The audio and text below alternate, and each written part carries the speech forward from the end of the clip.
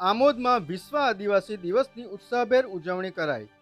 આમોદ નગર સહિત તાલુકાના આદિવાસી સમાજ દ્વારા વિશ્વ આદિવાસી દિવસની ખૂબ જ ઉત્સાહભેર ઉજવણી કરવામાં આવી હતી।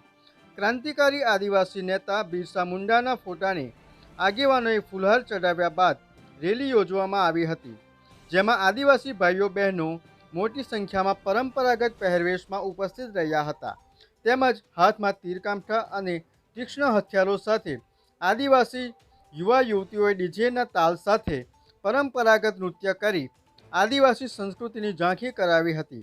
આદિવાસી રેલી આમોદના ખેતીવાડી બજાર સામેના ખુલ્લા મેદાનથી નીકળી 4 રસ્તા તિલક મેદાન થઈ મામલતદાર કચેરી ખાતે સમાપન થઈ હતી।